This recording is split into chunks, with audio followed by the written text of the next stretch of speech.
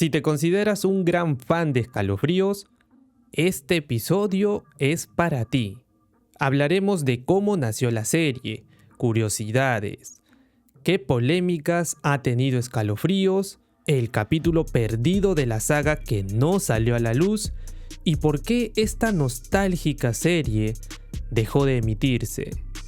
Si es así, quédate a ver el episodio completo de un fan de Escalofríos para fans de Escalofríos. Queridos papus y mamus, he querido hacer este episodio hace mucho tiempo, pero no se prestaban las condiciones que yo quería, más o menos. Así que hoy es un episodio especial porque hablaré de una de las series que me marcó en mi infancia y que hizo que me pegara más a la lectura. Para nosotros, en Latinoamérica, es conocido como Escalofríos, para España, Piel de Gallina, y en Estados Unidos originalmente como Goosebumps.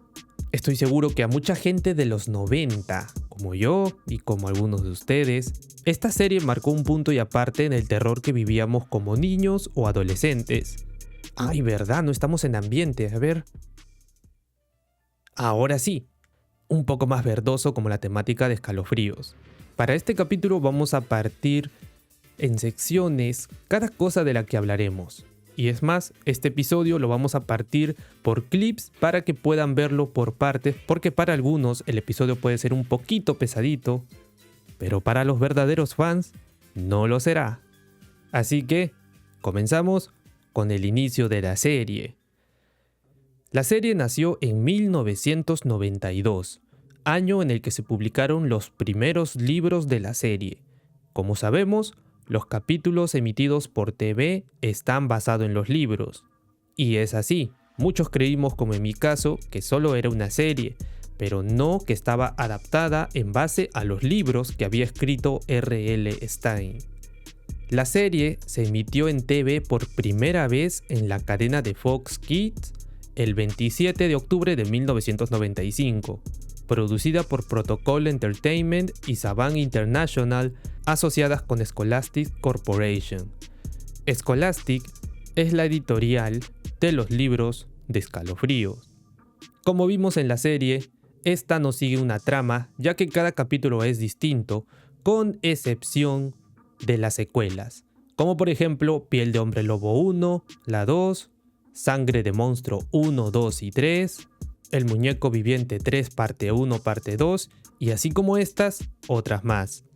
Escalofríos fue una de esas series que surgió en el boom del terror de los 80 y 90, compitiendo directamente con Le Temes a la Oscuridad, que por cierto tendremos un capítulo de Escalofríos versus Le Temes a la Oscuridad, que comparten entre ambas series y cuál fue mejor.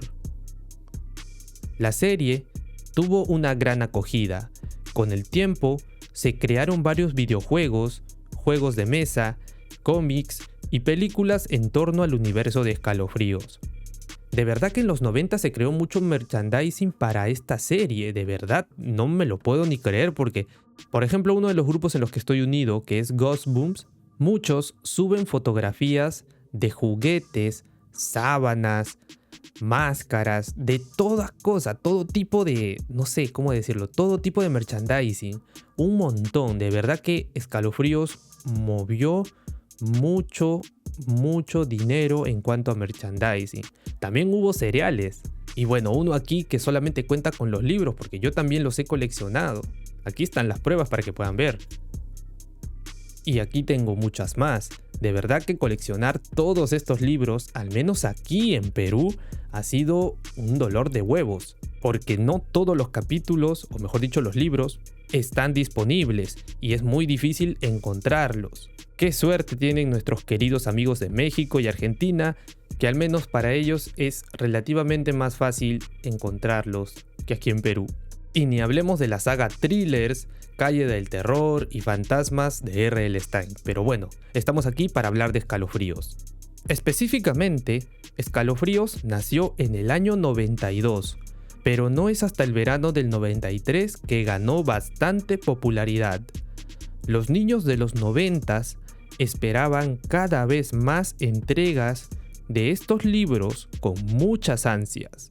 Cuando Escalofríos se televisó, se tuvo 74 episodios en 4 temporadas.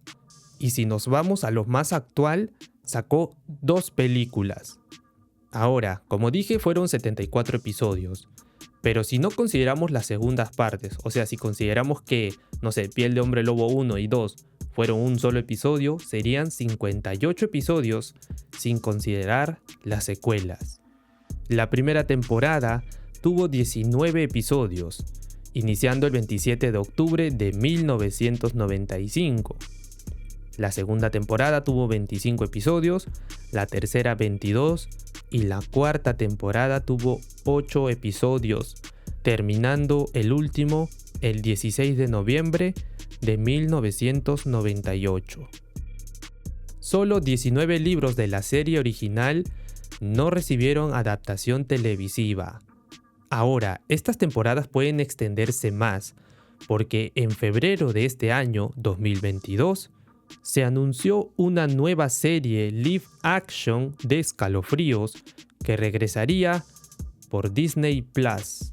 La sinopsis de la serie adaptada a estos tiempos es que un grupo de 5 estudiantes de secundaria desatan fuerzas sobrenaturales en su ciudad y deben trabajar juntos con ayuda de sus amistades, rivales y el pasado que tuvieron entre ellos para salvar la ciudad, aprendiendo mucho sobre los secretos de sus propios padres. ¿Qué creen ustedes? ¿Esta nueva adaptación estará a la altura de las series de Escalofríos del 95 al 98? Como siempre es el caso, muchos quizá no estén satisfechos de esta nueva entrega, pero hay que saber que esta serie no está enfocada para aquellos niños de los 90 o inicios del 2000, sino para la generación de niños actual. Como compartió la productora Luchis, Escalofríos ha mantenido a los niños y a las familias al borde de sus asientos durante casi 30 años y estamos muy emocionados de asociarnos con Sony Pictures Television y Neil Morris para dar vida a la marca perdurable de una manera nueva y fresca para la generación actual. Esperemos que por el bien de la franquicia guste demasiado a la generación actual, como una vez nos gustó a nosotros cuando veíamos cada historia nueva, cada episodio aterrador. ¡Ay, Escalofríos! ¡Cómo te extraño! De verdad que me hacías pasar noches aterradoras de niño, sobre todo con los capítulos de El Muñeco Viviente 3, si no me equivoco, en el que 2 hermanos le juegan bromas a su primo Seth. De verdad que Slappy, me traumaste por mucho tiempo. Y también el capítulo de Piel de Hombre Lobo. De verdad que enterarte que tus tíos son... Bueno, más adelante haré capítulos sobre cada episodio, hablando sobre sus monstruos y haciendo un pequeño resumen de estos para que gente que quizá no haya visto la serie se pueda interesar por esta. O si no, revivir la nostalgia en quienes vimos esta serie. Otro de mis capítulos favoritos fue Los Gnomos del Jardín. Vaya que de verdad, pensar que estas estatuas, estos adornos se muevan de noche por tu casa y tener una tía que tenga un adorno parecido no era nada bonito. Los espantapájaros caminan a medianoche. También fue un capítulo muy especial para mí, muy bueno. En el campo, sobre todo cuando uno viaja y está en el campo, obviamente acá en Latinoamérica creo que no hay espantapájaros así nomás, pero igual era aterrador. ¿Y qué hay de las casas y localidades donde se grababa Escalofríos? De verdad que a uno le daba ganas de vivir allí, porque se veía que era un lugar muy, ¿cómo decirlo? Muy pacífico, muy bonito a la vista. Muchas áreas verdes, un vecindario grande con una casa muy bonita, sobre todo para considerarlo a los 90, ¿no? De verdad que a mí me daba ganas de querer vivir en una de esas casas, en uno de esos lugares. De verdad que Escalofríos, y no les miento, marcó a una generación. En 1995 se creó el servicio de suscripción al Club de Fans de Escalofríos, con páginas en la parte posterior de los libros que detallan un foro para registrarse en el servicio. Si te registras en el club de fans, obtendrás un boletín mensual y varios objetos como merchandising. Los libros, en sí, contenían varias cosas, como máscaras recortadas de cartón, tatuajes falsos, marcadores, calendarios, carteles, cromos y más. De verdad que muchos quisimos pertenecer a ese club, pero en mi caso yo me enteré tarde, como 9 años tarde. Y como mencioné sobre las localidades y las casas donde fueron grabados capítulos de Escalofríos, hoy en día podemos ver por YouTube y TikTok algunos fans que suelen ir a los lugares y localidades donde se filmaron los capítulos. De verdad que me causa mucha nostalgia y asombro en cómo pueden encontrar estos lugares. Lo entiendo de algún fan que viva cerca a uno de estos lugares y lo reconoció por serle familiar. Pero hay otros que al parecer viven en lugares no tan cerca a estos e igual lo encuentran. Como trabajo de investigación, sí que lo hacen muy bien. Ahora, otra cosa de las que les quería compartir sobre Escalofríos, y de verdad que es prácticamente casi no muchos lo saben, es que hubo un capítulo que nunca salió a la luz. El capítulo perdido de Escalofríos. En 1998, Scholastic llevó a cabo el concurso de títulos aterradores de Brain Juice, o sea, jugo de cerebro, en el que niños de todo Estados Unidos enviaron títulos para un cuento potencial que pueda escribir R.L. Stine. Braden Thomas Gardner de Lacona, Iowa, ganó con su título Dead Dog Still Fed. Los perros muertos todavía buscan. Stine llegó a la escuela de Braden, la escuela intermedia del sureste de Warren, y se sentó con él en un auditorio lleno de niños que vestían camisetas de Brain Juice. Stine y los niños colaboraron en una historia corta basada en el título de Braden. Stine luego leyó una vista previa de Brain Juice que aún no se había lanzado. Años y años más tarde, se había perdido información sobre el cuento más allá de su título y existencia. El fandom de Escalofríos en general estaba al tanto de la historia y las circunstancias detrás de su creación, pero nada más allá de eso. Y bien, ¿de qué trata esta historia? Ahora se las cuento. Braden y su hermana Jessica adoran jugar con su adorable perro Seth, un labrador negro de 3 años. ¿Y qué mejor lugar para jugar a buscar con Seth que en el cementerio más cercano? Claro que es oscuro, húmedo y espeluznante, pero eso solo significa que nadie los molestará mientras juegan. La mamá de Braden y Jessica no creía que sus hijos deberían estar jugando en el cementerio. Podían tener problemas y además era un lugar tétrico. Deberían jugar en un lugar más seguro. Braden no iba a tolerar eso, ya que argumentó que jugar en el cementerio es divertido. Después de todo, ahí es donde encontró a Seth. Al día siguiente, sin hacerle caso a su mamá, Braden y Jessica continuaron jugando con Seth, pero por alguna razón, Seth estaba tardando más de lo habitual en venir. Cuando lo vieron, Seth tenía algo en el hocico. No era un palo ni una rama, era un cráneo humano. Los chicos se preguntaron de qué lápida Seth había sacado el cráneo. Repentinamente, un esqueleto sin cabeza se les apareció a Braden y Jessica. El esqueleto enfurecido le quitó el cráneo al perro, volviéndolo a su lugar, en el hueso del cuello. Aquel esqueleto ahora podía hablar y decirle a Braden, Jessica y Seth que se vengaría por esta humillación. Sin embargo, los chicos y el perro no se inmutaron, no presentaron temor alguno. El esqueleto confundido les exigió saber por qué los dos niños no se estaban orinando de miedo, cuando señalaron una lápida cercana. Con sus cuencas sin ojos, el esqueleto leyó el nombre en la lápida. Fue en este punto que el esqueleto supo que estaba jodido, porque puedes meterte con los muertos y puedes meterte con un perro, pero no puedes meterte con un perro muerto. Esta historia me hace recordar a Bienvenidos a la Casa de la Muerte, en la que una familia se muda a un pueblo y resulta que los locales estaban muertos, eran muertos vivientes.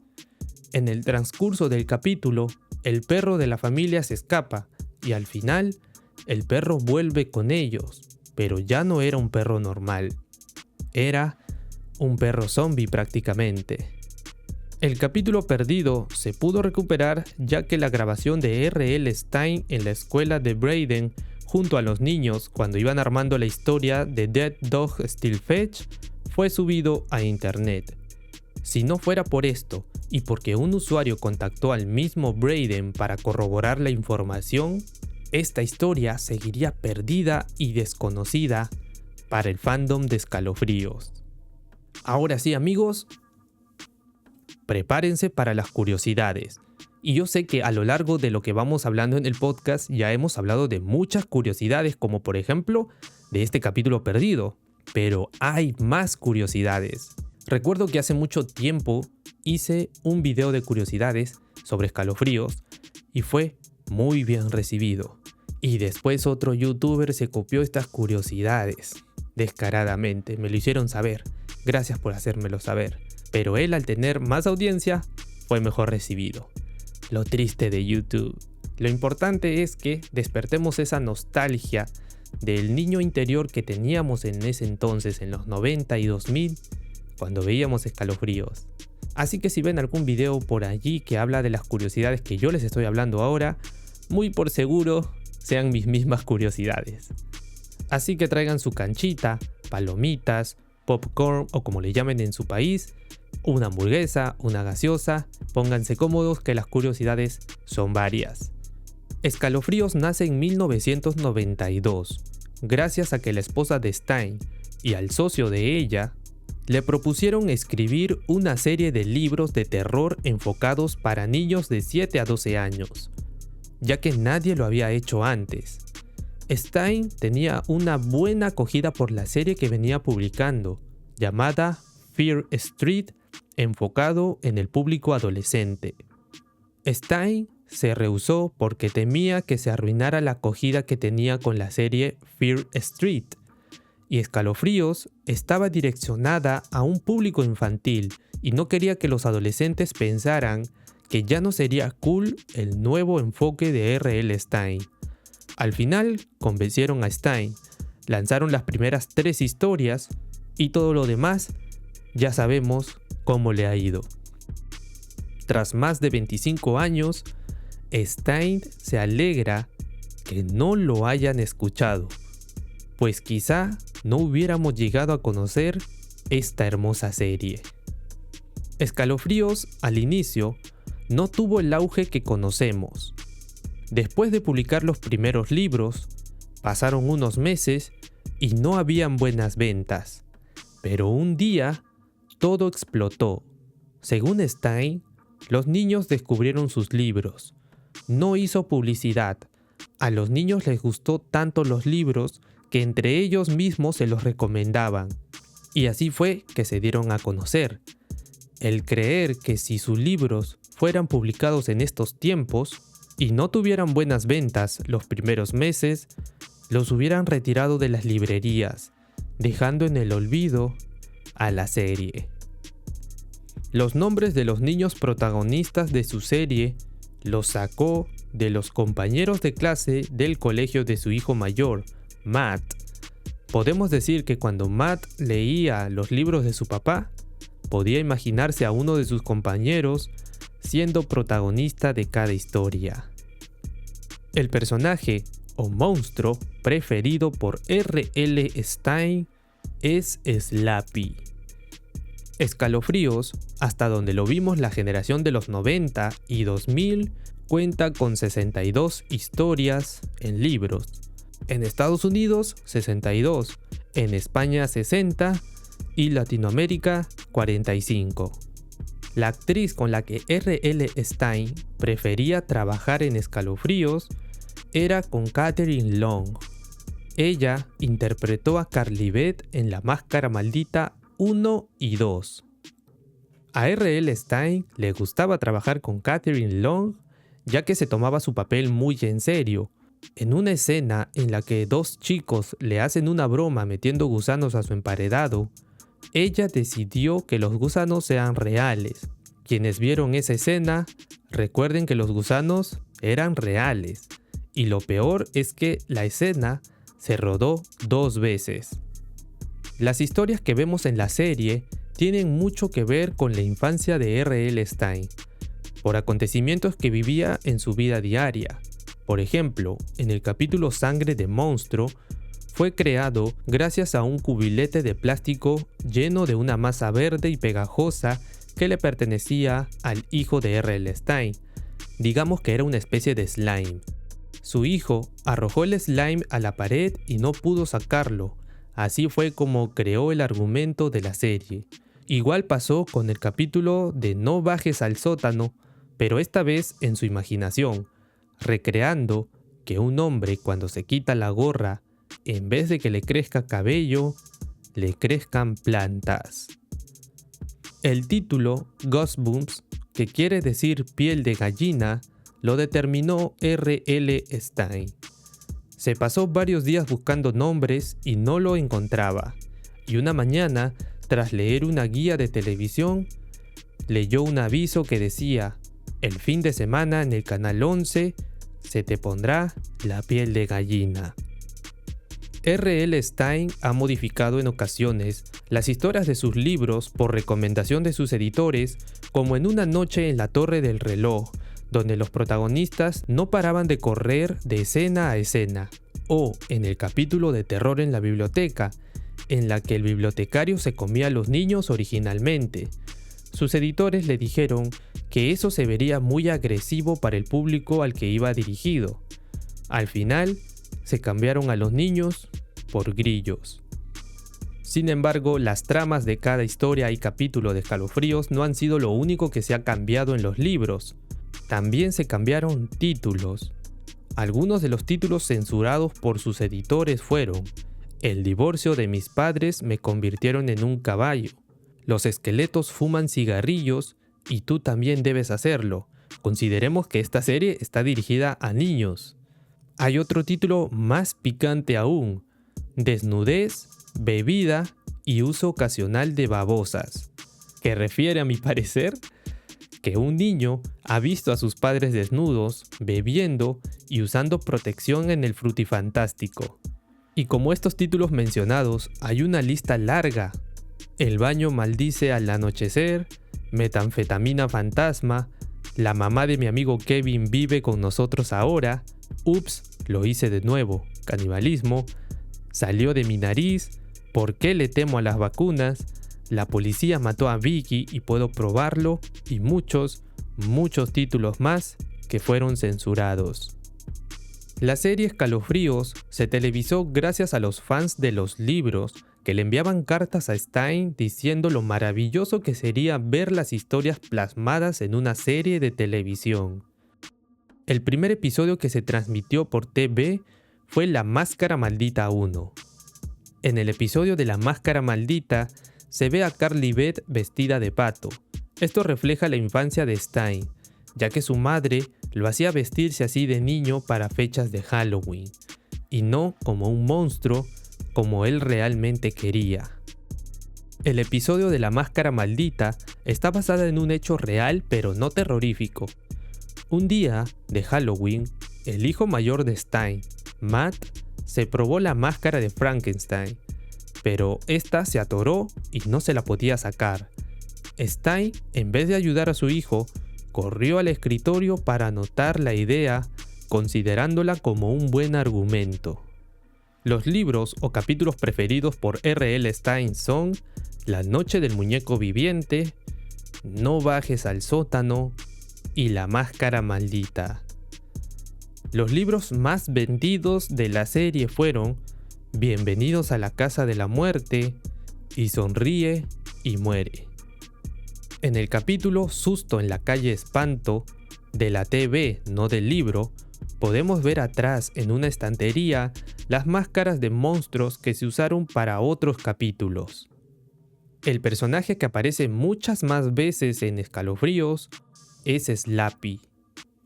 Escalofríos y Le temes a la oscuridad compartieron sus actores en algunas de sus series.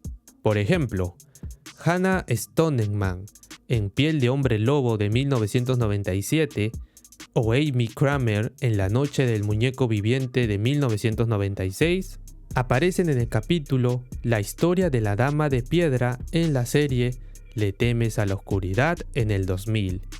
Y esta es solo una de todas las ocasiones en las que ambas series compartieron actores y actrices.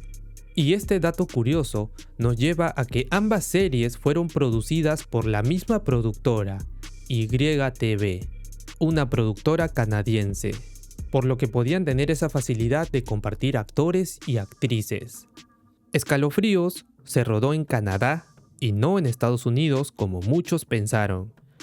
Grabar en Canadá es mucho más económico. Desde los años 80, las ciudades canadienses han conseguido siempre atraer a los productores de Hollywood que buscan incentivos fiscales ventajosos y buenas infraestructuras. Toronto se ha beneficiado de la creciente popularidad de su Festival Internacional de Cine, pero da la sensación que las ciudades canadienses están alcanzando su techo en cuanto a los rodajes que pueden acoger. En 2006, Scholastic lanzó una serie de novelas gráficas titulada Goosebumps Graphics. La serie adapta libros de la serie original al formato de novela gráfica. Se han adaptado 10 historias en 4 libros. Entre 1995 y 1997, Scholastic Inc. publicó 4 libros de tapa dura en una serie titulada Goosebumps Monster Edition. Cada libro contenía 3 libros de escalofríos. Los libros también incluían características especiales, como un sonido de saludo al abrir el libro. Uno de los datos curiosos que a mí me llamó bastante la atención es que las portadas de los libros de escalofríos que salieron en Japón son las más aterradoras. De solo mirar el cover de El fantasma sin cabeza, te hace pensar si realmente son libros para niños o adolescentes. ¿Por qué se prohibió un tiempo el capítulo de La noche del muñeco viviente? Pues hubo muchas diferencias y objeciones provenientes de padres de familia que sintieron que los libros eran demasiado aterradores para los niños y o contenían temas satánicos y ocultos. Y este último dato curioso de Escalofríos nos lleva a controversias que tuvo Goosebumps. En enero de 1997, una madre en Minneapolis, Minnesota, intentó que se prohibiera Escalofríos en las escuelas porque sentía que era demasiado aterrador para los niños. En septiembre de 1997, una madre de Florida dice que la serie de historias de miedo para niños, Goosebumps, es tan violenta, sangrienta y vengativa que los niños no deberían leerlas. Un bibliotecario de Chicago manifestó que a los niños les encanta las cosas que dan miedo, como defendiendo. Mary Dempsey, quien dirige el sistema de bibliotecas públicas de Chicago, dijo que los cuentos de Stine sin duda son aterradores y sangrientos, y muy populares entre los más jóvenes, pero no hay razón por la cual prohibir Escalofríos. Dijo, a los niños les encanta leerlos. Lisa Clinton, la madre de Florida, trató sin éxito de prohibir los libros de Escalofríos en el distrito escolar de su hija de tercer grado. Dijo que la maestra de su hija le puso algodón en los oídos a la niña cuando pidió no escuchar La noche del muñeco viviente 3 de Stine. Ella dijo que la serie de Escalofríos va más allá de dar miedo, está llena de violencia, miedo, crueldad, venganza y asesinato. ¿Qué creen ustedes, amigos? Yo también me he quedado sorprendido con lo que los padres de familia hacen y mucho más en lo que hacen hoy en día. Si para ellos esto es aterrador, no me quiero ni imaginar lo aterrador que realmente eran los años anteriores, los 60, los 70, donde te vestían para Halloween, parecías ya un muerto, un cadáver andando. De verdad, no sé qué están pensando estos padres. Ahora, en esta parte de controversias vamos a una sección un tanto profunda y con problemas. ¿Por qué Stein dejó de escribir Escalofríos? Luego de varias demandas entre Scholastic y Parachute Press, el contrato de R.L. Stein con Scholastic no se renovó para el año 2000. Y es así que al principio del año 2000, todas las series de Escalofríos se detuvieron abruptamente. Otra de las controversias en las que Scholastic, Parachute y Stein estuvieron involucrados, pero en más medida Stein, es que la demanda por sacar más historias era tanta que se promedió la cantidad de libros que Stein escribía y se llegó al siguiente promedio: 120 páginas por libro escrito en poco menos de 10 días, lo cual generó sospechas.